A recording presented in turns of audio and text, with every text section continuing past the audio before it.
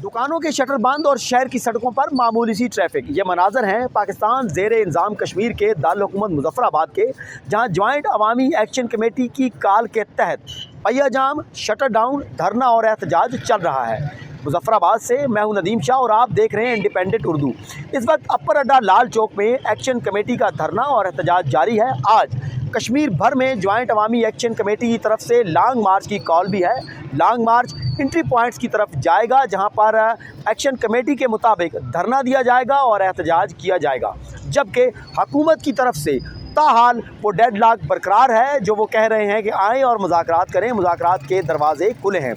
इस वक्त अपर अड्डा लाल चौक में जो एहतजाज हो रहा है, वहाँ मौजूद लोग क्या कहते हैं, आइए जानते हैं।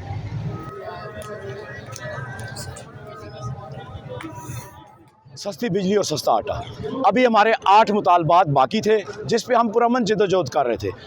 अभी जस्ट ये हुआ है कि प्राइम मिनिस्टर आज़ाद कश्मीर अनवार उल हक ने एक सदारती आर्डीनेंस जारी किया है जो ज़ुबान बंदी का है, यानी आइंदा आज़ाद कश्मीर की आवाम यहाँ पर पुरअमन एहतजाज नहीं कर सकती।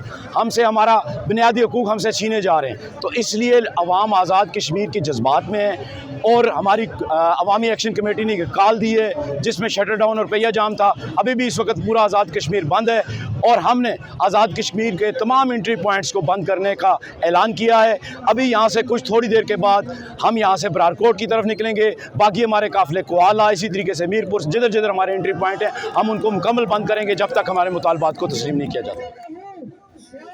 हमारे पुरअमन जो आज मार जा रहा है, अगर ये हमारे मुतालबे हल नहीं कर सकते, हमारी इनसे ये डिमांड है ये इस्तीफे दे दें। इन्हें कोई हक नहीं है अवामी नुमाइंदगी का कि एक तरफ गरीब आवाम का खून चूसे और दूसरी तरफ वो एक जो दोहरा कानून है, इनके जो मुराते हैं, जो उसका टाइम आता है तो रात को 12 बजे भी ये अपनी मुरातों के लिए इजलास बुला लेते हैं। और जिस टाइम अवाम की बात आती है, पूरे आज़ाद कश्मीर ने रिफरेंडम कर दिया है, उसके बावजूद मैं हैरान हूँ कि इस टाइम तक हुकूमत को टस से मस नहीं हो रही है।